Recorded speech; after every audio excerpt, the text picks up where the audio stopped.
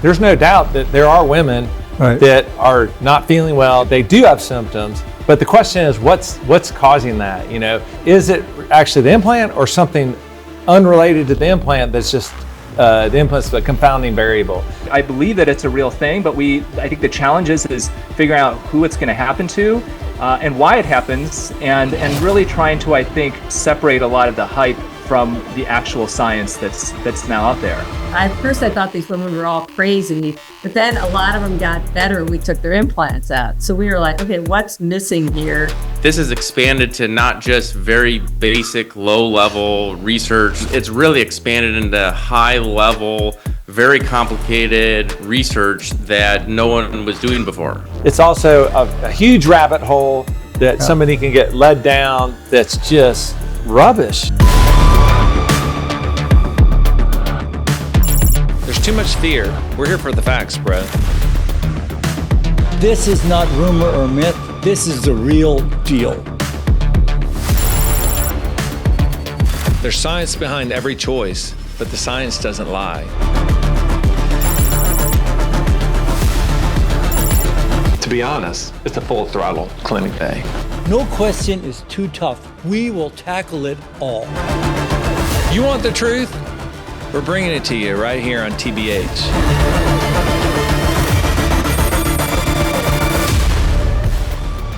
Hello, Full Throttle Doc audience. Welcome to Media PSC Command Central in episode 5 of TBH Breast Implants.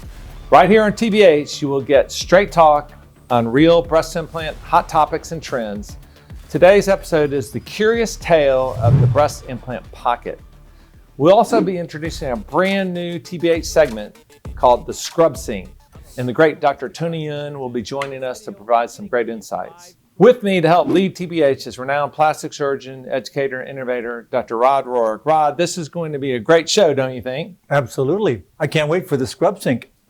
And Tony will add some amazing It's a new insight. segment, new segment. We're on the cutting edge with TBH. We got to keep going, but we've got some great experts tonight. So let's get in and meet them. Let's meet the great Dr. Pat McGuire. Straight from Missouri, the Show Me State, comes a surgeon who doesn't just talk results, she shows them. She's a leader who's built her career on dedication, data, and doing what's right. She's president of the Aesthetic Foundation, the research and education arm of the Aesthetic Society, and the principal investigator of the landmark ASERF Systemic Systems Biospecimen Study, the first prospective blinded controlled study to explore systemic symptoms in women with implants, redefining safety standards across the world and earning global recognition and accolades for this impressive work. From earning her medical degree at the University of Missouri, Kansas City, to completing a general surgery residency at Washington University and plastic surgery training at St. Louis University, her Missouri roots run deep. For 3 decades, she's led Parkcrest Plastic Surgery in St. Louis, while shaping future surgeons as a clinical instructor at Washington University. Known for her hands-on teaching and live surgical education, she's as committed to mentoring as she is to mastery. Globally respected, she chairs the Breast Emergency Response Task Force and serves as section editor for the Aesthetic Journal. Among her many honors, it's the Patient Safety Award she shares with respected colleagues that she holds closest to her heart. Sharp, compassionate, unstoppable. She is leadership in motion. We're thrilled to welcome to TBH, Dr. Pat McGuire. Pat, thanks so much for joining us. How are you? I'm good. That's so Just got a meeting in Brazil. Yeah, you've been traveling as usual. Caroline Glicksman, great friend of all of ours, was just on the last episode of TBH. And what I said, I almost feel the same about you, Pat. My career in plastic surgery, I feel like you've been my sister in that journey. Mm-hmm. You're a great educator. We've been to a lot of meetings together. I think we've always had good times together, but we've lived through some crazy times and also some great times. So yeah, it's congratulations on all your accomplishments, and just those are just a few that we could fit in. We met on a Viking cruise in Stockholm, Sweden, in 26 years ago. That's right. Oh, wow. That's right. And now you're the Aesthetic Foundation president, doing a great job, and we're going to be talking about that. You bet. Kudos to you for giving back. Fantastic. Yeah, you got to get back, as Dr. Rourke always says. So, all right. Well, let's meet our second expert. Last but not least, let's meet the professor, Dr. David Sieber. In San Francisco, precision meets purpose. That's where we find our next guest, who's dedicated to creating results that look real and feel like you.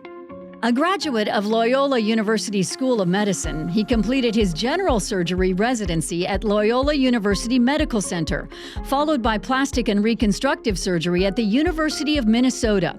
He advanced his skills through an elite aesthetic fellowship at the University of Texas Southwestern in Dallas, training with the best of the best in breast surgery.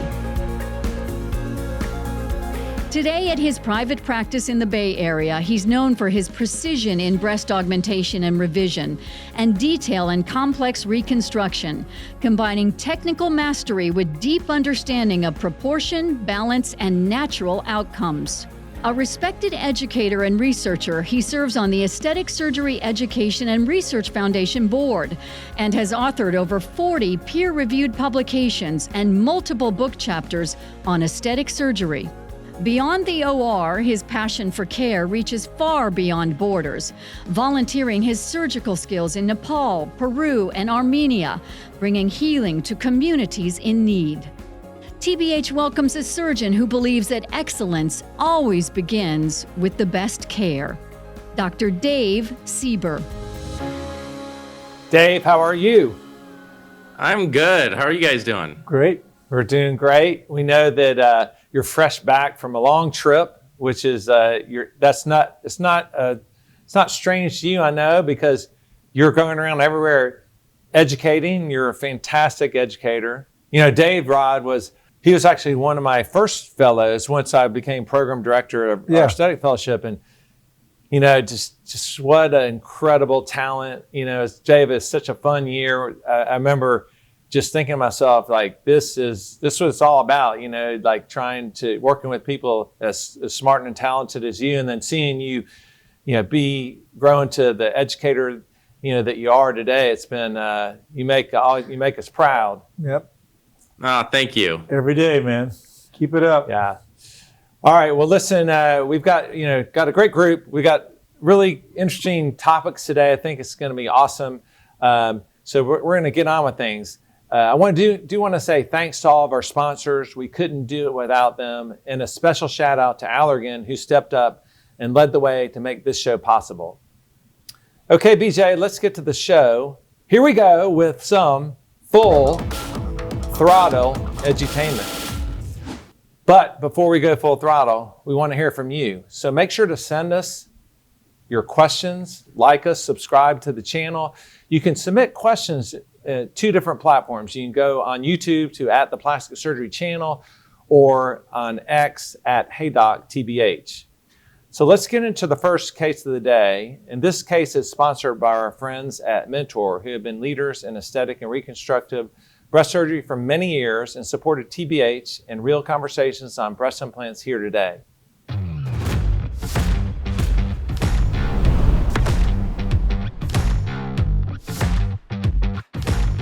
All right, so Dave, Pat, Rod, we're going to talk about the curious tale of the breast implant pocket. And it is quite a curious tale.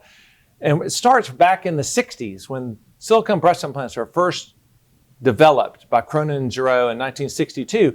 And the pocket plane was a subglandular pocket plane. So this you can see here in this graphic. And this is basically the breast, the regular breast. You can see that the breast tissue is here. The breast tissue is above the 2 main chest muscles, the pectoralis major and minor.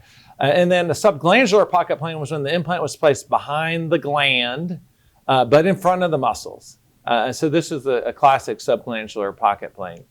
And subglandular pocket planes really were quite popular from 1960 to 1980, about 20 years. But over time, people started seeing some issues with the subglandular pocket plane. So there was what we call trouble in paradise. And what was that trouble, Rod? It was things like long-term soft tissue coverage. You know, the biggest, most important factor in a breast implant procedure is to have really good, stable, long-term soft tissue coverage over the implant. And so in the subglandular pocket, we saw problems like this, where there was just poor soft tissue coverage over the implant, deformities. It just didn't look good. And sometimes these things don't come up initially. They're fine for 2, 3, 4 years, but 5, 6, 7, 8 years down the road, they started to surface. So these are problematic. And so surgeons began to evolve. They began to move away from the subglandular pocket, and the traditional subpectoral pocket was developed, where the implant was just placed under the pectoralis major muscle. And this is just shown here. This shows the subglandular pocket, again, implant under just the breast gland on top of the muscle. And you can see here, the traditional subpectoral pocket was just placing that implant under the muscle. So none of the muscle was cut or divided. So you can see the muscle completely covers the implant, except for a little bit of the lateral part of that implant, which would just be, because anatomically the muscle is not all the way out to the lateral chest wall. And you know, that was a good advancement. Soft tissue coverage long-term was better, but there were other problems with the traditional subpectoral pocket, and there's superior malposition, lateral malposition, more movement on animation of the muscle. And in the early 2000s, a real breakthrough came through, and this was originally described by Tebbets. It was the dual plane pocket. So the dual plane pocket was, you can see here in this picture, in the middle, again, is the traditional subpectoral pocket. But in the dual plane pocket, you divided the inferior origin of the pectoralis major muscle. So you basically kind of had the best of both worlds. You had a subglandular implant in the lower pole of the breast, and then you had a subpectoral implant in the upper part of the breast. And that really gave much better long-term coverage over time. And this shows the power of a dual plane, or just adding soft tissue over the implant. So you can see here, this is a patient with a subglandular implant. This is after over 10 years. So you can see how thin that tissue is. You can see the rippling of the device and the implant. And you can say just by converting them to a dual plane pocket, that rippling and issues with poor soft tissue coverage are basically eliminated. And so dual plane pocket really was the lion's share of pocket planes, especially here in the United States for many years. And there's still a small faction of people doing subglandular, but not that much. And then all of a sudden, in about 5, 6 years ago, this really probably is popularized out of South America. There was an implant pocket plane called the subfascial pocket plane. And this is why it's a curious story, because it's almost history repeating itself. And I equate the subfascial pocket plane to Pabst Blue Ribbon beer. I think Rod and Dave and Pat, you guys remember Pabst Blue Ribbon. I mean, I went to college up in the Northeast. You know, we had these beers like Genesee Cream Ale, Schmidt, Schaefer, Hams, and Pabst Blue Ribbon, all of which were complete rubbish. I mean, you barely had to hold your nose to drink these things. They were so bad. And over time, Pabst Blue Ribbon went out of business, probably because it was so bad. But eventually, it resurrected. And what happened was somebody decided to resurrect it, change the can, and market it to the hipster culture and generation. And so the hipster generation was told, hey, this is a newer beer. It was really the same beer. There's nothing changed about the recipe of the beer. But the hipster generation perceived it as being different. And so it continues on today. I still, for the record, don't drink it. But that's where we are here now. This is the landscape. And again, history does repeat itself. Yes. Sometimes it's been said, history repeats itself. First time as a tragedy, second time as a farce. And we'll get into this. So we went straight to the source. We got to go to the source, of course, social media. So we've got some really good clips. There are different opinions about these pocket planes, Dave and Pat. I want you all to look at this, and then we'll have a little discussion. So let's look at these 2 clips. Primarily only do subglandular implant placement. So subglandular, a lot of benefits. You have a more natural look because it's closer to your breast tissue. It's right under the gland. It is less pain, lower downtime, no animation deformity. With submuscular, you get animation deformity. And with the new generation implants, you don't have an issue with visibility of the breast implant rippling. Also, there was some thoughts that subglandular implants have a higher rate of something called capsular contracture, which is true in the older literature. But with the new generation implants, is not the case. Submuscular, higher chance of animation deformity. It's less anatomic. Why would you place an implant below the muscle when you were trying to revolumize the breast? That's a basic plastic surgery principle. And here's the second The clip. two main pockets are the submuscular pocket, which is under the muscle, or the subglandular pocket, which is between the breast tissue and the muscle. For many years, we only had saline implants that we had access to, and these were placed almost exclusively in the submuscular pocket due to visibility concerns because of the liquid consistency of the saline implant.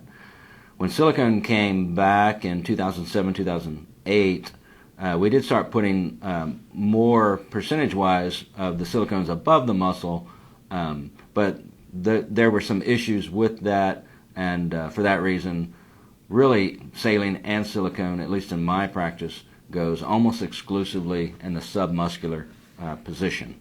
There's no disturbance of the overlying breast tissue, so for future mammograms and breast imaging, it doesn't cause any disturbances. The fascia that covers the pectoralis major muscle is thin and flimsy. Surgeons that advocate for subfascial claim that their rates are just as good without any other associated issues with subpectorally placed implants, specifically mostly implant motion. That has yet to be determined. Once again, placing an implant in the subfascial position affords no additional tissue coverage of a breast implant. Breast implants look and feel better with more tissue covering them. I really am not convinced that subfascial is anything distinctly better. At this point in time, subpectoral implants have the lowest rates of capsular contracture, have the most tissue covering them, and when an appropriately sized implant is placed, implant mobility or motion due to muscle contraction is minimal. All right, so Dave, I want to start with you. Just I know you talked about this subject a ton, but I mean, what's your perspective on this curious story about pocket plane? I mean, I think there's some truth to it. I mean, when they were talking about animation deformity, I mean, we can't argue that there's no animation deformity with an implant that's underneath the muscle. So, I'll give everyone that one point. But, I see lots of patients who've had these long-standing subglandular implants, and really the only thing they get long-term with it is soft tissue stretch. We had one of the breast and body meetings a couple years ago where Bill and Steve Sigalov presented their cases, and Bill was totally dual plane, and Steve was showing his cases where it was basically a subfascial aug with a total Galaflex wrap. And I think if you're doing something like that, then you can have equivalent results. But a lot of this other stuff, I just don't know that I'm fully on board for what they're saying, especially with animation deformity. I mean, having done thousands of breast augmentations, do my patients have animation deformity? Sure, probably a little bit, but I've never, ever had a single patient come back and complain and want me to put it above the muscle to get rid of the animation deformity. Pat, what's your position on animation versus pocket plane? Yeah, I've done all of these. I was in residency in the 80s where we put all the implants subglandular. Then we did total muscle coverage in the 90s, then dual plane in the early 2000s. It depends on the patient. I will do both. I do for my transgender patients who have very thick muscles. I do tend to put those subfascial. They have very good soft tissue coverage, and because their tissues are a little bit thicker. And I've seen much less displacement and much better expansion of the lower pole. So I think the answer is it depends. Animation is an issue. There was a paper that John Kim and Megan Fracall published in, I think, 2021, where 40% of breast reconstruction patients were significantly bothered by animation deformity. And 75% of primary augmentation patients said they wish they'd been told about it so they could plan for it. So I think the main concern I have with subglandular subfascial placement is imaging. You have a concern they can't do the displacement for mammograms. So I won't do a subfascial placement for a patient with any concern about breast cancer. And there's a difference between subfascial and subglandular. Well, Ruth Graff, who I just saw when I was in Brazil, did a prospective blinded study, subglandular versus subfascial. The patients didn't know whether they had either one. And they did found that the subfascial placement had lower capsular contracture rates, lower visible wrinkling and rippling, and significantly better results. So is there something to it? I think the answer is always like every patient is, it depends. If you pick the right patient, put the right implant in, you can get a good result. And I did 99.9% dual plane. Now I do probably 30% subfascial. And I see a lot of these CrossFit girls, that really exercises where they are really bothered by animation.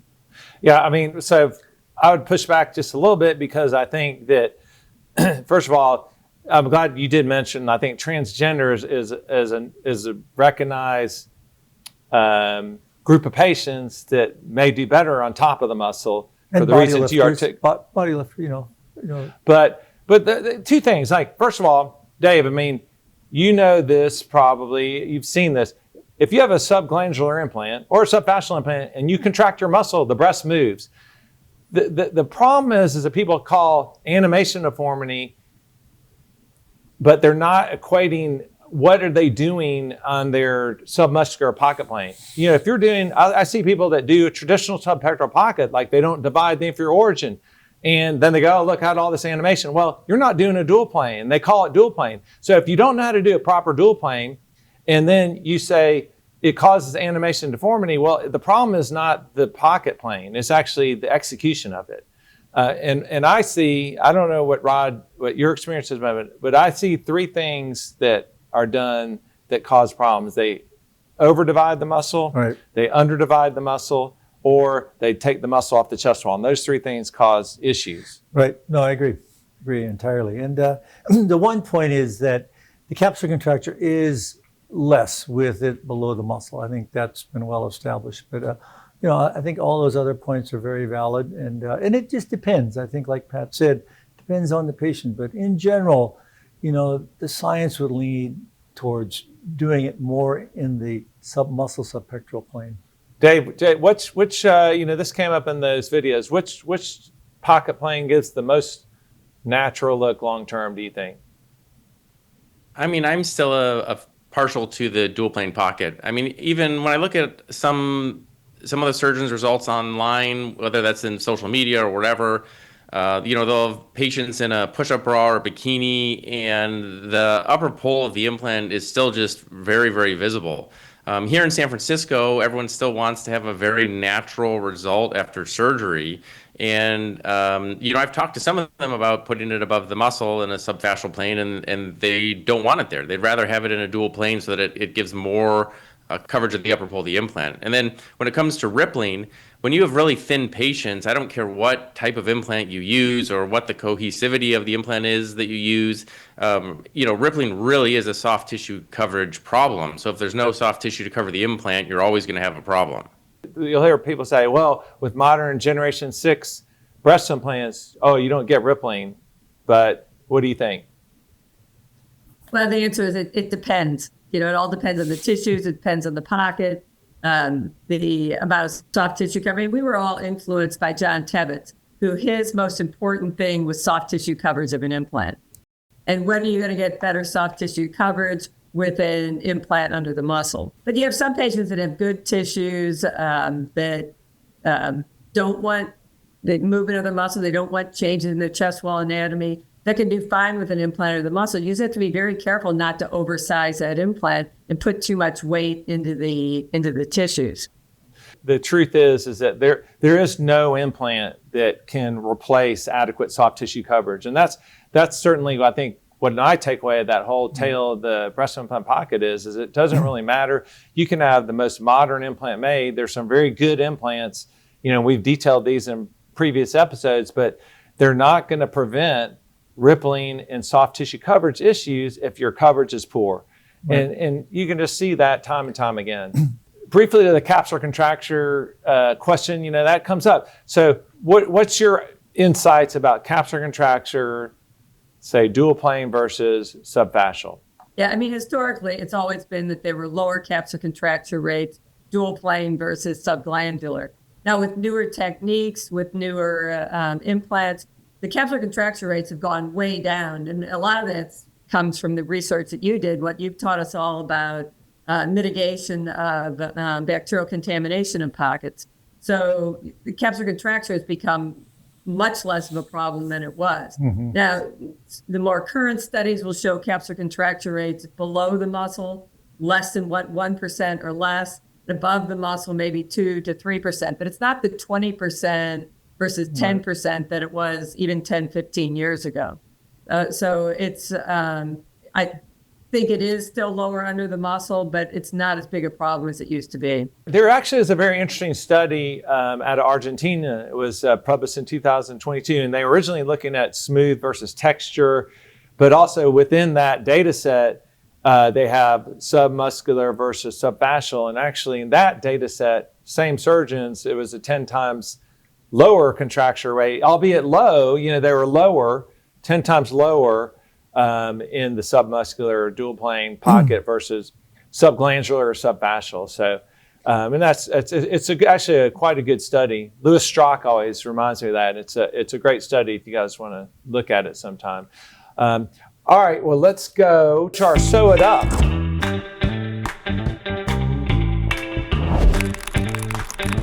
Let's go to question number 3, because I think we've kind of talked about this, but Dave, I just want you to get into specifics on this. So it's what is the most common etiology of animation deformity, and what pitfalls should plastic surgeons be aware of to avoid during dual plane breast augmentation? So you've done a lot of this, Dave. So what are your key pearls you tell people?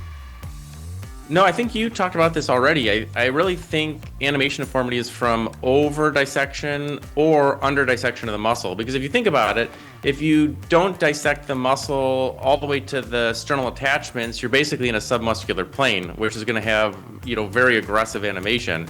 And then if you're taking the muscle all the way off the sternum, again, you're going to have just an overly aggressive muscle contraction causing animation. I think when it's done properly, just like you said, there is still some movement, but I don't think it's nearly as much as when the muscle is not released properly.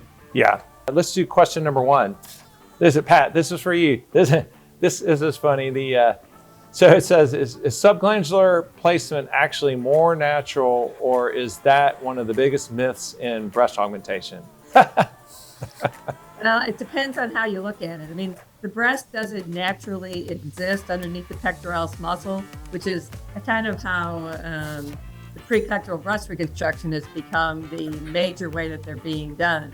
But it depends on what you mean. If you don't want to see an implant, if you want to not feel or see edges more, is it more natural if that implant is under the muscle than above? And again, as I said before, it all depends. Every patient has to be looked at individually, and what for her lifestyle, for her tissues, for her goals, you have to see. I've had women plastic surgeons come to me and wanted their implants moved from below to above the muscle because of discomfort, because of difficulty with some activities. So the answer is it just depends on the patient with it.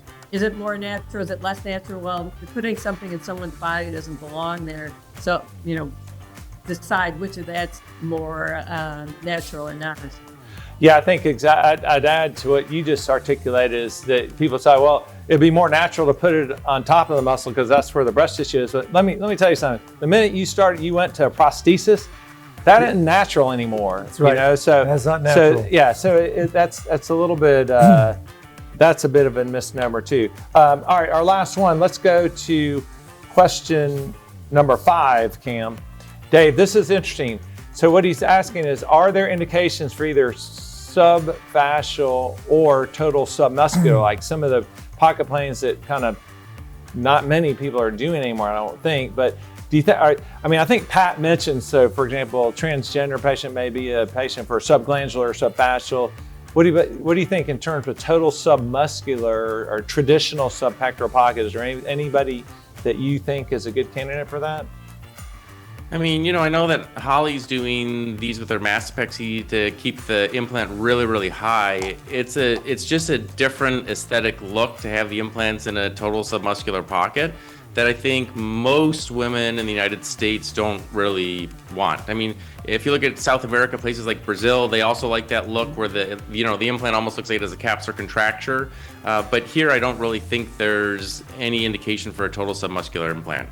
Yeah, it's like driving a Model T, Right. It's out of date and obsolete. All right, well, we have an exciting new segment coming up right here, Rod. This is our new segment called The Scrub Sink. So this is a topic where we invite a really excellent guest expert, and we have the great Dr. Tony Yuen with us. Tony, how are you? I'm great. Thank you so much for having me on. Absolutely. And Tony is well known. I think, Tony, you may be from Detroit, Michigan, right? And you're a Lions fan, I'm sure. It was a tough game last night, but you guys are going to do well. Yeah. You guys have a great team. Well, and my son goes to Michigan, so he and Rod have a big connection there. My daughter's hoping to go there too. We'll see. That's great. Well, so Tony, do you think you think maybe you're the first real plastic surgeon to build a YouTube presence? Probably. I started doing YouTube back in like 2017, 2018. Yeah. And I had this video that went viral that was I literally wrote it while I was flying on a plane. And it was like on a napkin, and I made this video. I didn't edit it or anything, just posted it, and I think it's up over 10 million views now. And it was what not to put on your face. And the number one, and so I counted down like 5 things not to put on your face. And the number one was, I don't know if I can say it, but basically a male's, discharge. and it went viral and just kind of went nuts. And it just kind of taught me the power of YouTube. And one day I was watching TV with my kids, and they're just watching YouTube. And I was like, why don't you turn on cable? Like, we pay for cable and all this. They're like, no, we just want to watch YouTube. And I thought, oh my gosh, like that's what the kids are going to be watching. That's what the young people will be watching. And so that's why I really got involved. Yeah, that's great. Well, you do a fantastic job. Amazing. Rod and I always talk about you because look, this is Tony did this is a great segment, and we always are trying to, dovetail on to some of the cool things that you've talked about. So congratulations on doing such a great job of that. You've done a lot of segments. Some of these segments that you've done are on this big topic in our specialty as you know, systemic symptoms of breast implants, or people call that breast implant illness, aka BII. So, we're talking a little bit more about that later in the show with some of Pat's research, but there's, it's a kind of a nebulous area because there's a lot of people with many different opinions. But one of the things you've touched on kind of on the data and what's out there is this idea that a potential etiology is bacteria as a driver for women with systemic symptoms with breast implants. So, I think just to start off, like what have you learned about this, and what's your perspective on that specific topic? Yeah, so I mean, with the breast implant illness, the SSBI issue, I was one of the early, I think, surgeons to come out publicly to say, I think there's something here. And for a while, I was pretty vocal about it. But what's been happening, I think, the last couple of years, and I really credit Dr. McGuire, I credit Carolyn as well, and all the other ones that are putting in research. It used to be that I started noticing that I was having patients who were coming to see me, and they say, hey, look, I've been on these websites, and I've got these symptoms. I think I might have, my implants may be making me sick. And so we would take the implants out, and a high percentage of them would be getting better. And the issue that we had back then is we didn't have a whole lot of research on it. And I credit Related Societies and all of the researchers now for actually getting us real data, which has been huge. And so I personally, I still believe that it's a real thing, but I think the challenge is figuring out who it's going to happen to and why it happens, and really trying to, I think, separate a lot of the hype from the actual science that's now out there. Yeah. Yeah, I think there's some great points, and it certainly is an evolving topic. Pat, I know you know a ton about this, probably more than any of us, but kind of where are you on that topic of bacteria as a driver for a potential disease with women with breast implants?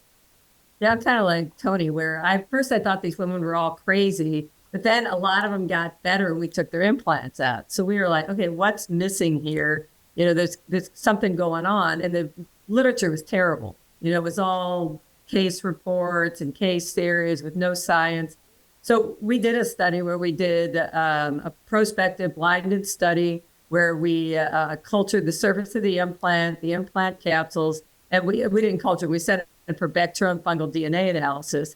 And we found 48% of the patients did have positive PCR, mainly for Staph epi and Cutibacterium, but so did 46% of our control group. What I've been seeing a lot lately on some of the social media from some of these so-called explant experts is that, 36% of their patients have positive PCR. They don't have a control. And this is bacteria that normally live in the body. I will say we hoped it was going to be a biofilm because that would have been an easily correctable thing. Yeah, it's as you guys know, I'm like a big lover of bacteria and that sort of thing. So,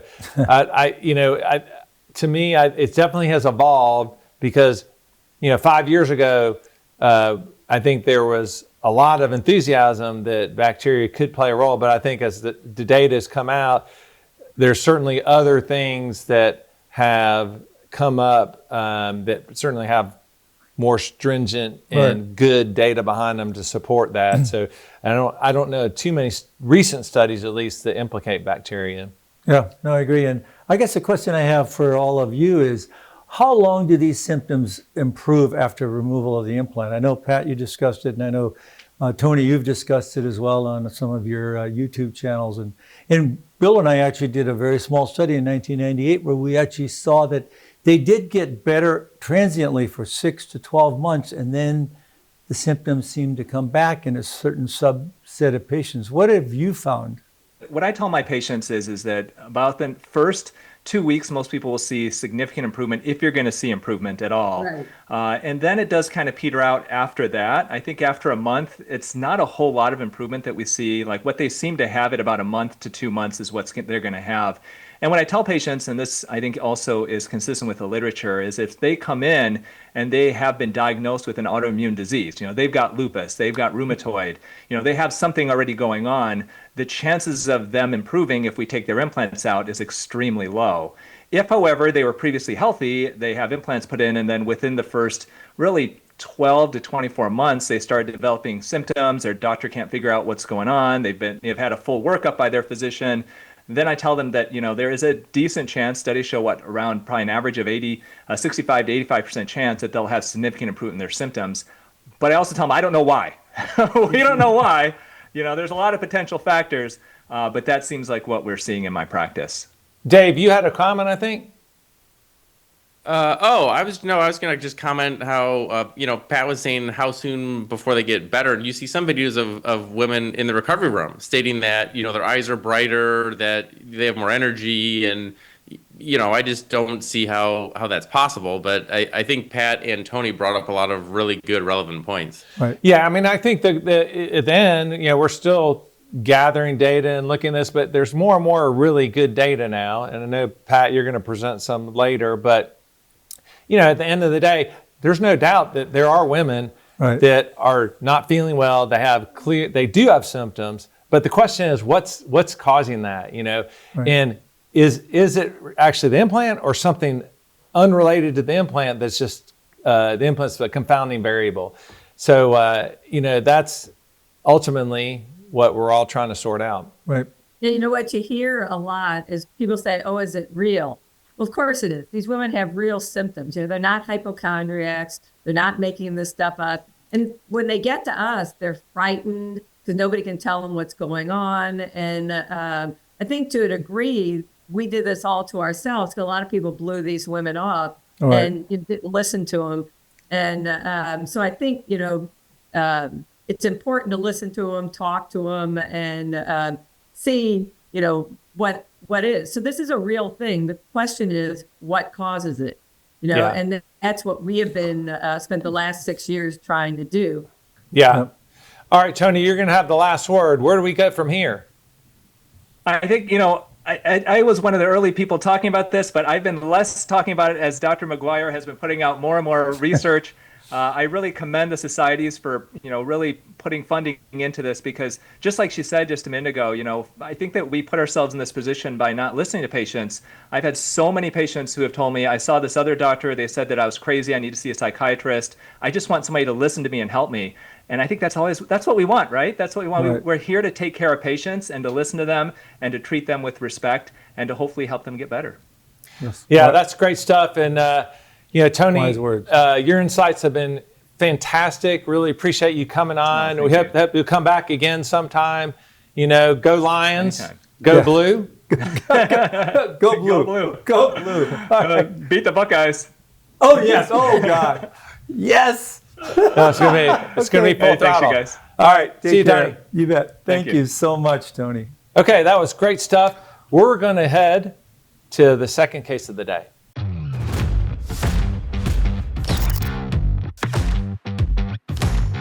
All right, so we're going to talk in the second case about evidence leads the way. So we have some great things to talk about in this. It really gets down to this concept, evidence-based medicine. What is that? Rod, you taught me about evidence-based medicine, but it's the conscientious, explicit, judicious use of current best evidence in making decisions about the care of individual patients. And how do you get that? Well, you get that through good high-level research, publications, really the academic scientific method.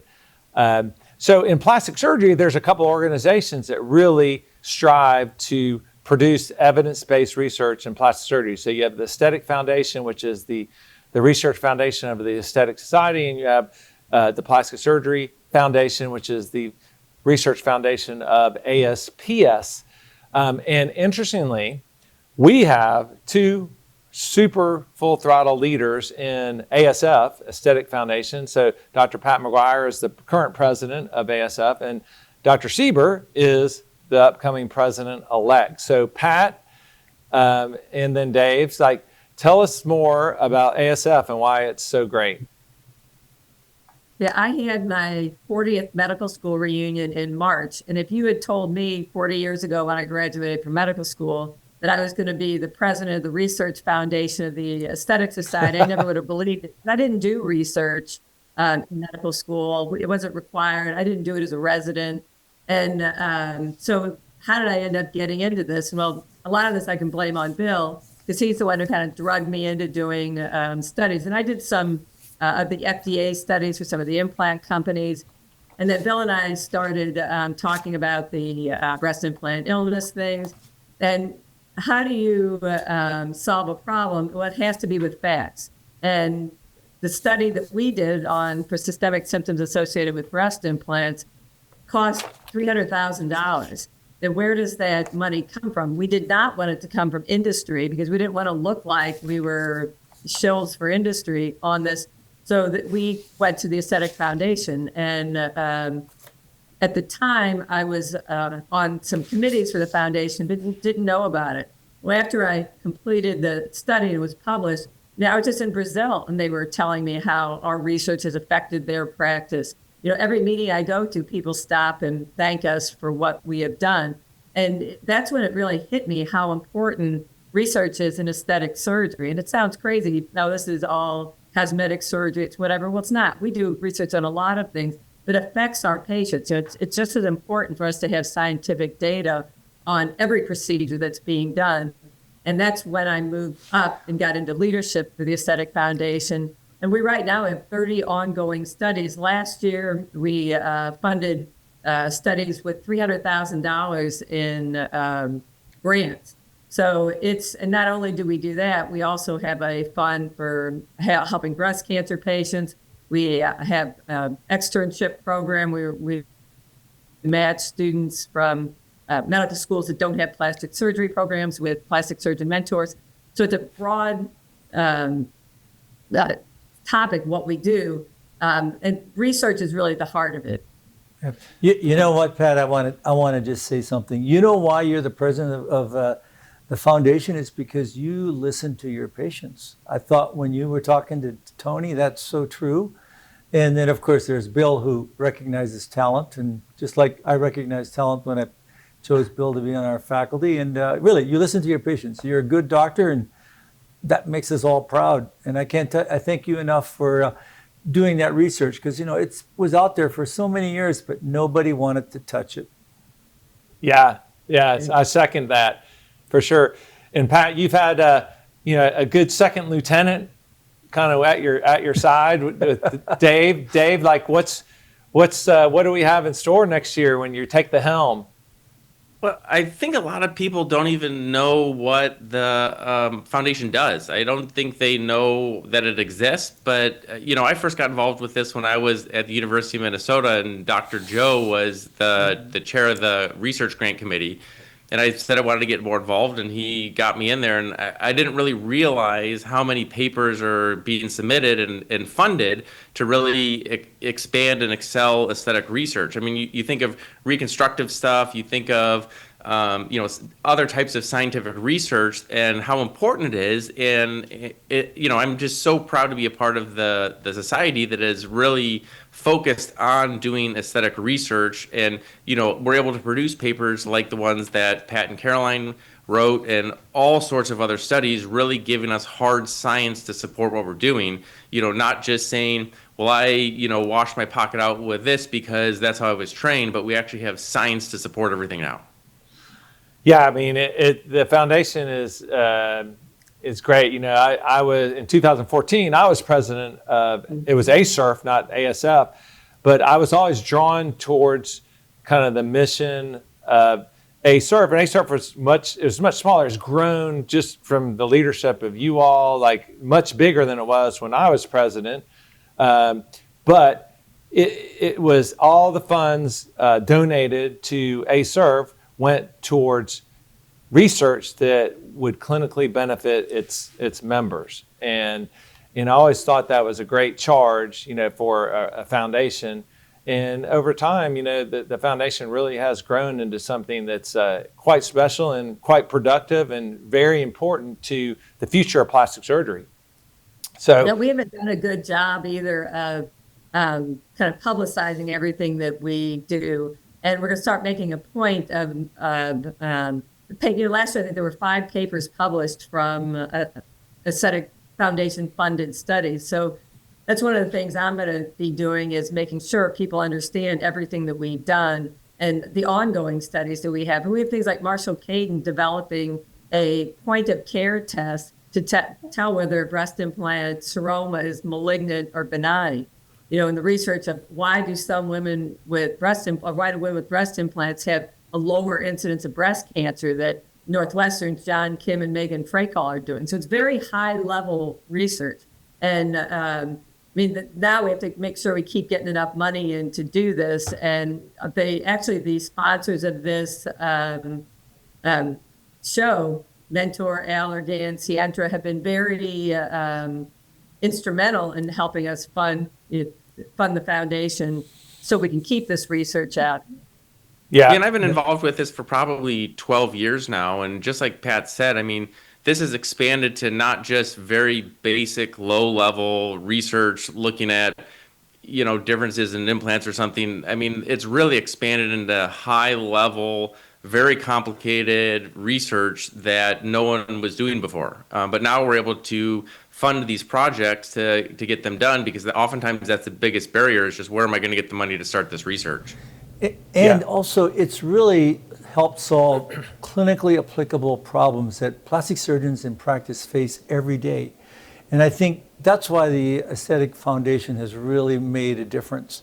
I think more so than almost any foundation in plastic surgery, because you've looked at the problem and you've funded it.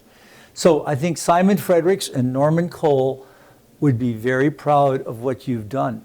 A stellar work on both of y'all's accord, and we look forward to the continued fruitfulness of the ASF and evidence-based research. And one of those evidence-based studies is something that we're going to hear about next from Dr. McGuire. This actually is a study, I think she alluded to it as the single largest dollar amount funded. And she's got a little summary of some of the data from that study. So Pat, why don't you take it away? Yeah, so this was a study that Caroline Glicksman, myself, and Dr. Roger Wickstrom, who's a PhD toxicologist, put together when we were trying to figure out what was going on with these patients with systemic symptoms associated with their breast implants. And this is the first prospective blinded study to follow patients with systemic symptoms they attribute to the breast implants for 2 control groups. The goal was we wanted to follow these patients after their implants were removed to see if their symptoms got better.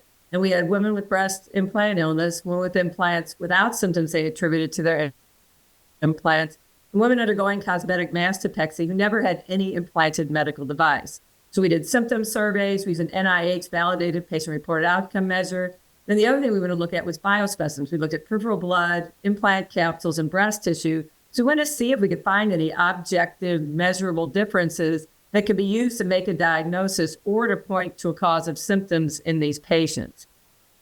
So we have 4 published papers in the Aesthetic Surgery Journal on this. The first one where we showed these patients' symptoms did improve when we removed their implants through 6 months. We had 90% of patients had at least partial symptom improvement, 74% reduction in the number of symptoms.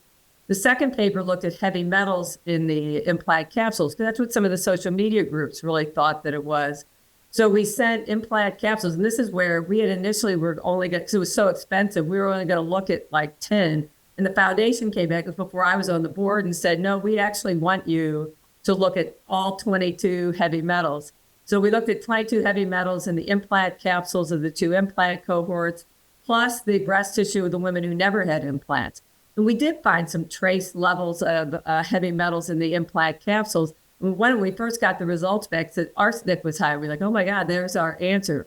Well, it was higher than it was in the non-BII implant cohort, but actually ended up being even higher in the breast tissue of women who never had implants. The bottom line in that was, yes, there were some trace metals. All were well below levels, below what's considered safe for daily exposure. And there was no difference statistically in them in the long term. So that was answered one of the big questions. The third paper looked at the remaining biospecimens of peripheral blood, where we looked for antibodies to bacterial toxins. We looked at cytokines, how cells communicate with each other. We looked at inflammatory markers, CBC, thyroid function, vitamin D levels. And we found no statistically significant difference between the BII cohort and the 2 control groups. And then the capsules, we looked at the heavy metals, we looked at bacterial and fungal DNA, surface of the implant. We did not find a difference between the type, the number of bacteria, the symptoms between the patients with positive PCR and non-positive PCR, and no difference in symptom and symptom improvement between the patients who had positive or negative PCR. So we didn't find any biospecimen different. In the last paper, we looked at the 1-year data, and these patients' symptoms did improve. And then we looked at some of the patient-reported outcome measures, and what we found was very high levels of anxiety in the patients with the systemic symptoms compared to the control groups, highly statistically significantly different, and also the use of social media as their main source of medical information. So that led us to some other studies. Now, one of the important findings we had, it led us to one of our spin-off studies, was because we took some capsule out, because we did all of this analysis, we wanted to know if we get the same symptom improvement if no capsule was removed. So we did another study with the same 2 implant cohorts, prospectively following implant removal in patients self-described BII, no control. They had no other indication for capsulectomy, and they agreed to implant removal without capsulectomy. And what we found was the symptom improvement was the same whether part, all, or any capsule is removed, which is really important because now we can have an educated discussion with the patients about whether or not they need to have their capsules removed to get symptom improvement, as they're told on some of the social media groups. Yeah, that's just, again, congratulations on a compendium of incredible high-level research. And again, as Rod, as you said, what happens is that just because somebody has an anecdotal experience, well, I want this said this, or this person self-proclaimed expert said this about it, that's not evidence-based medicine. It's not evidence-based research. What you presented, Pat, was incredible high-level data that really guides us on what next steps should be, right? That's right. I agree. I mean, it's unparalleled in focusing on an issue and then solving it with science and peer-reviewed medicine. It's phenomenal. So, Pat, you obviously have researched this a ton. You're an expert. You've got all this data, tons of data. So, what do you think? Why are women having symptoms? What's your best guess based on all the data that you have? The data that we have now looks like the most likely scenario is a neuropsychiatric, a central sensitization. It's anxiety. Is it the implant caused the anxiety, chicken versus the egg, or the anxiety caused the symptoms? And that we did another psychological analysis, a paper where we were like, this is not our area of expertise. So we worked with Dr. Kate Fass, who's a PhD psychologist who specializes in medically unexplained symptoms from Australia. And we published another paper this summer where we did a prospective study of doing 10 validated psychological analysis and symptom reactions. And we found that these patients were 18 times higher to fully meet the criteria for somatic symptom disorder. Now, again, doesn't mean their symptoms are not real. It means it's of a central origin. And actually, interestingly, Steve Bresnick, who's one of the members of our board, actually did a study where he treated breast implant illness patient with cognitive behavioral therapy, and the patient's symptoms resolved without removing her implant or capsule. So we're doing a little bit more, another study looking at that to see is there a way we can do it. The other thing we're working on with Kate is if we can come up with a screening test for patients before they have implants to see who may be more at risk for this than not. And one of the big things that we heard from our patients was they didn't feel like they got enough information before they had their surgery about the potential risk of breast implants and breast implant surgery. And Bill and you and I are both working with an FDA collaborative group to try and come up with a better system for that. And I think that's what this all gets down to is education. You give patients the data before they have their surgery and let them make an educated decision so they don't all of a sudden get, blindsided by seeing something online about some potential problem caused by their implants. So what is the cause? I think there are neuropsychiatric factors, but maybe there's some yet to be determined biological cause. We have 2 pilot studies we're working on now. We're trying to turn over every stone to see if we can come up with something. And we're getting to the end of those stones, but we have a couple more things in the works because I would love to find some, concrete reversible thing, but we've not found that yet. Well, the studio audience really loves it. They're going crazy in here, Pat. It's incredible. But that's probably going to be study number 8 or 9 that you'll have. But incredible stuff. Dave, if you need some good research done, I think you know who to ask. Yeah. I just think that Pat and Caroline really need to be commended, not only on doing these initial studies, but in their quest to really figure this out. Right. A lot of people would have done a study or 2 and would have kind of stopped and said, oh, well, that's good. We have this information, but they haven't. I mean, they're still going. They're still trying to find more stuff to study, more answers. I mean, it's truly, truly commendable. Yep. If you want to get a study done, get Caroline involved because I would say I'm the idea person and she can implement anything that needs to be done. It's amazing what she can do. Well, it takes a team, and you have an amazing team.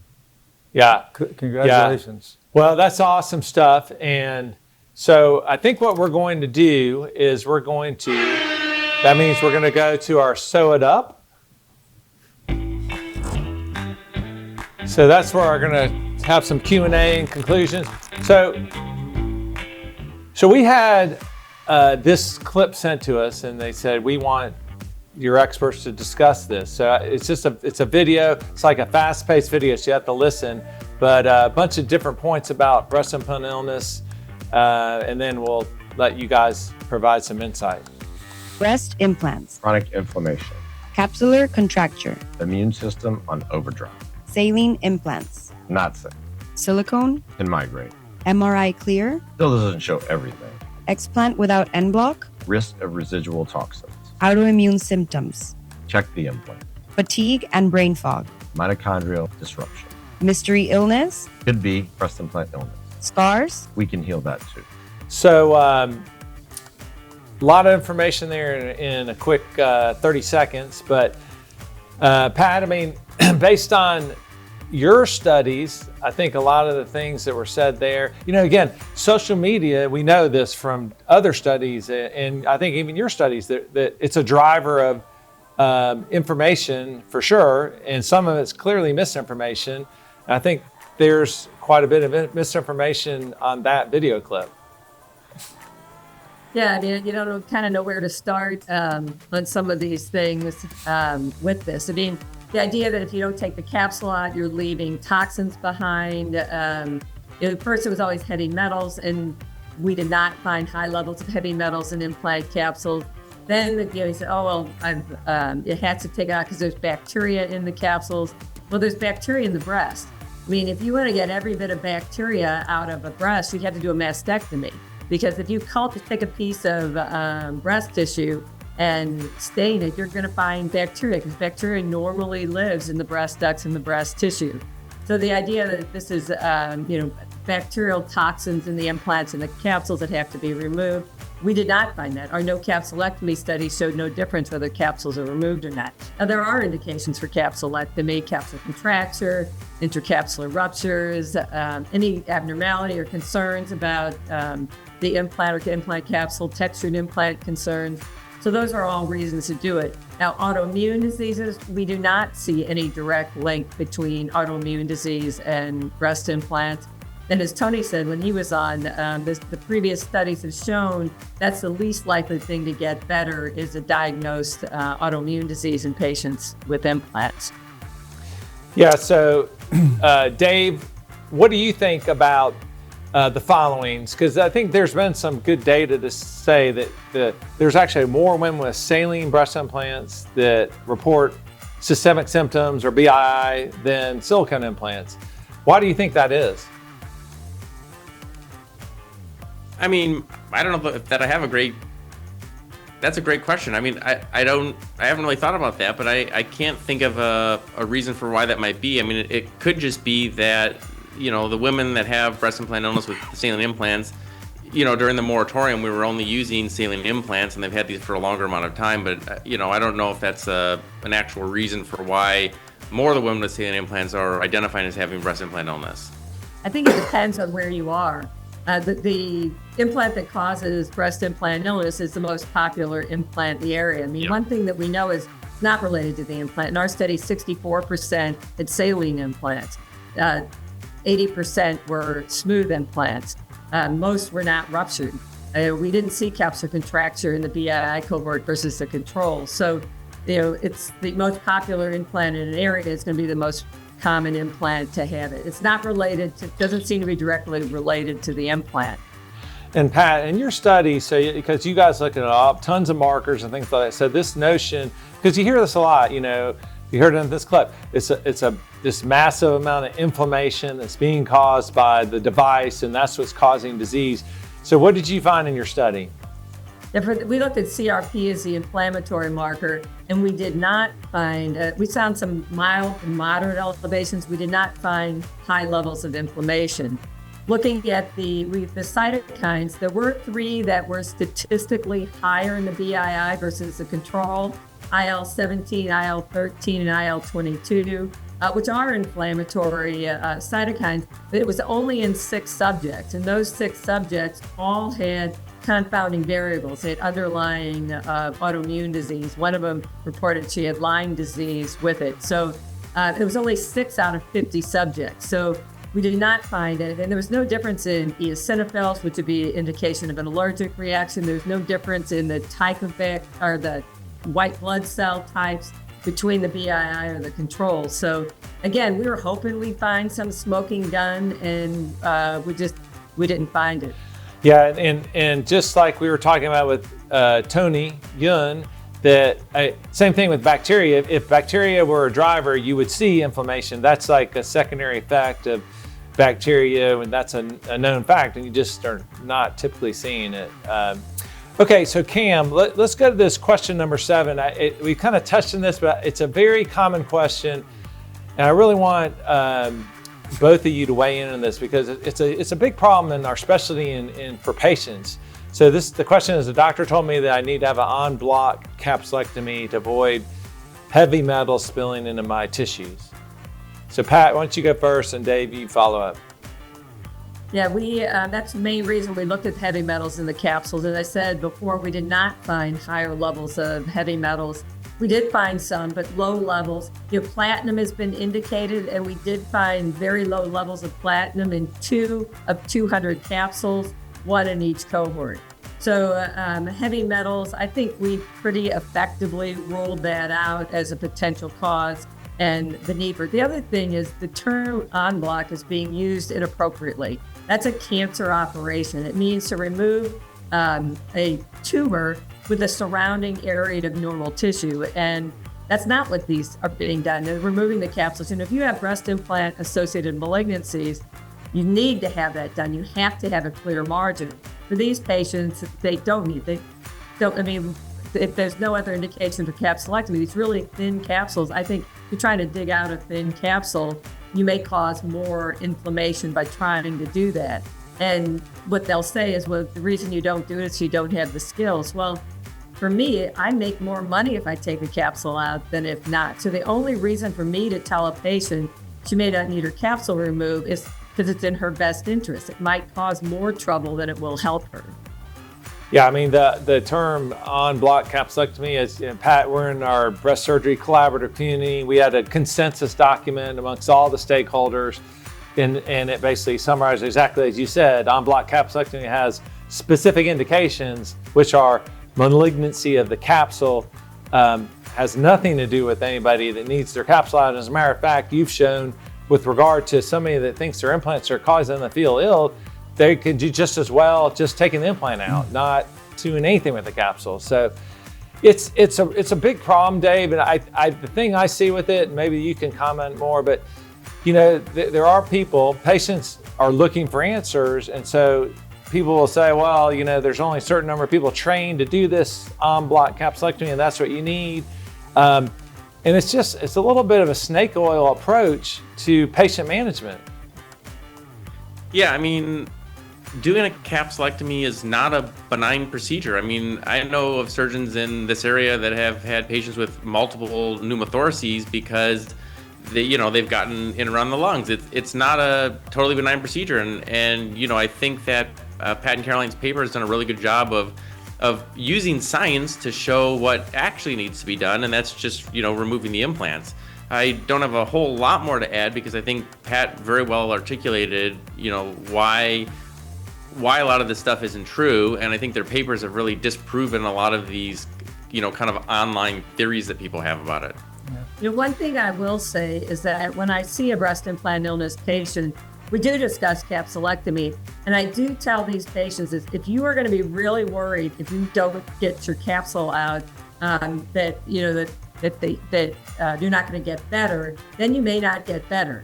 So if you're going to worry about it, then I can take your capsule out. If it's that may be part of the treatment for some of these patients if they're really gonna, because you can see when I show these patients, when I remove the implant and capsule together, you can see the relief when you show them these pictures because they're worried something's going to be left behind. They're worried that there's some thing that we don't know about yet, that they if you don't take the capsule out, they may have it. But you have to have an educated discussion with the patient about the risk and benefit. Capsulectomy triples the risk of a major complication, specifically hematomas, if it's done with it. And the other thing, I've seen significant deformities from patients that don't have a lot of breast tissue, the capsule is removed, and they can be left with some significant deformities from that. So it's a discussion you have to have. You have to have it, but these patients being told you must have it done for $50,000 is really doing a disservice to the patient. And I talk to the patient, I tell them the risk, I tell them the benefit. I respect the patient's request to have their capsules removed, but it has to be done with appropriate informed consent. Yeah. You know what I've learned from this is that social media is not compatible with evidence-based medicine and with people that are quote-unquote influencers. So that's why programs like this and people like Tony Jung, who are real board-certified plastic surgeons that are rational and say honest things, really matter. And I think that's why we need to do more of this, because some of the segments we just heard are just so absolutely false. And Yeah. It's just unbelievable. And yet patients come to us and they believe it. Yes, I mean, Rod, But it's one like, of the things I think we could do to help patients is teach them how to read scientific papers. Because there's so much trash out there. There's so many journals now that you pay to have your paper published that comes up with all kinds of crazy stuff. And they look at this, well, look, this paper says this. Well, if you read it, it's not a scientifically done paper. There's no control group. It's not prospective. And I think it's useful for the public to understand how to read a scientific paper. I agree, and I think we also should teach some plastic surgeons to read scientific papers and to understand them like we've seen. yeah, I mean, Rod, we talked about the last TBH. We were talking about how social media can be a great tool actually to educate. Right, it is. But it's a two-edged sword, and just as you articulated it, it's also a huge rabbit hole that somebody can get led down that's just rubbish. I mean, that's all you can mince words, but that's what a lot of this stuff is. And so it's tough on patients because sometimes they don't know better and they're looking for answers. So all we can do is plastic surgeons and educators is try to continue to educate and put information out there and do really high level research like Pat presented and try to move forward in a positive way. Yep. Now, on to the absolute best show summary ever. This is even better than McAfee. It's time for the RJR Op Report.